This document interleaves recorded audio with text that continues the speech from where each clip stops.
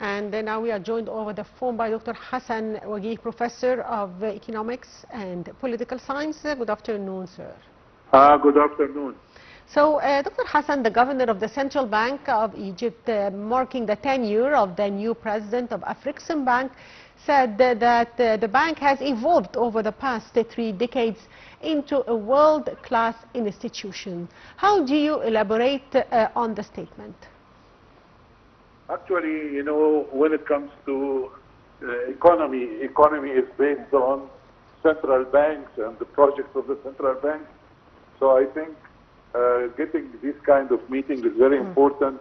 Exchanging ideas regarding this is very important. Also, the president has keen understanding and keen interest in getting the African continent moving towards a better economy. So I think this all get into the track. So, Dr. Hassan, how would you describe the bank's weight in the continent's trade, industrialization, and regional integration? Actually, any bank is very important for financing projects and key projects. And when it comes to what you are talking about, we are talking about mega projects here, and the continent, African continent, is in a very dire need to establish its own mega projects. And in your opinion, what factors position Africa as a key engine for global economic growth, as stated by observers and economists? Yes, you know, the continent of Africa should be the treasure for the entire world. But the problem is that we do not use all the potentialities in the continent.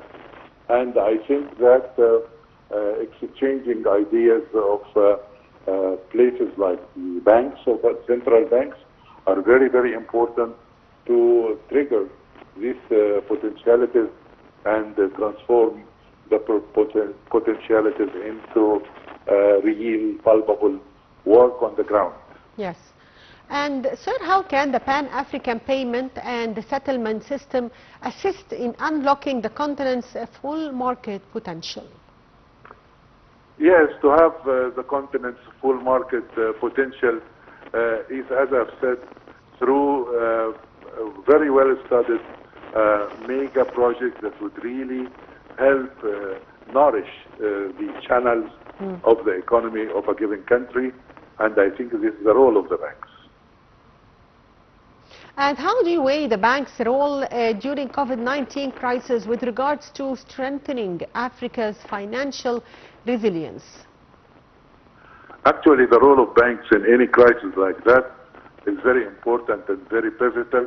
And I think that it's not only in 1994, but central banks, when it came to the financial crises, several ones, the readiness of the central bank to intervene and to help in managing the crisis is considered to be an extremely important role. So, Dr. Hassan, how would you describe the importance of the bank's role in expanding intra-African trade?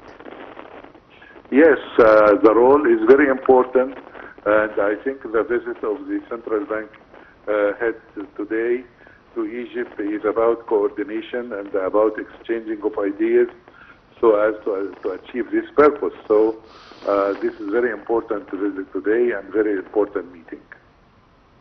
And why is the level of economic integration among Africa's regional community and trade blocs sharply low in comparison to other continents like Europe, Asia and Latin America? Actually, because of lack of effective positive negotiation, and we should, in Africa, as Africans, we are supposed, first of all, to stop this zero-sum mentality, which really triggered many conflicts in the continent. And I think that these conflicts cost the entire continent of Africa. What you are talking about is that we became less of a potentiality when compared with other continents. So I think the culture of positive negotiation, the culture of good cross-cultural communication inside the country, inside the continent itself, and with world powers also, would really make it far more better, inshallah.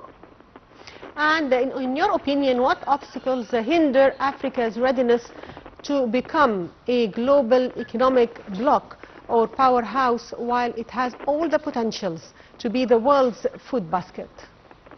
As we have seen, the conflicts. The conflicts and the roots of conflicts must be dealt with, because when you are having these conflicts among brotherly countries, I think this is impede everything. If you have, for instance, water problem like what we are trying to solve with Ethiopia, there shouldn't be a problem like that, but it is there. So we have to work on that. And also when you have intervention from other foreign powers also, we need to work on that, because Africa should be for Africans and should regulate dealing with foreign powers in a very positive way, and not to let them intervene in a way that would really make the African continent lose at large. And in your opinion, what are the challenges that still face the African continent to achieve economic integration? As I've said, conflicts and the conflicts with capital C are a problematic thing, and dealing with the roots of these conflicts is very important, so as we can avoid them. If we avoid conflicts, we can start building a stronger economy. We can establish much more better relationship with each other. Yes. And this would open up the chance and opportunities for great potentialities of a continent that is supposed to be the basket of the entire world. Yes, I'd like to thank you, Dr. Hassan Wegih, Professor of Economics and Political Relations. Thank you, sir, for being with us. Short break and we'll be back, so stay tuned.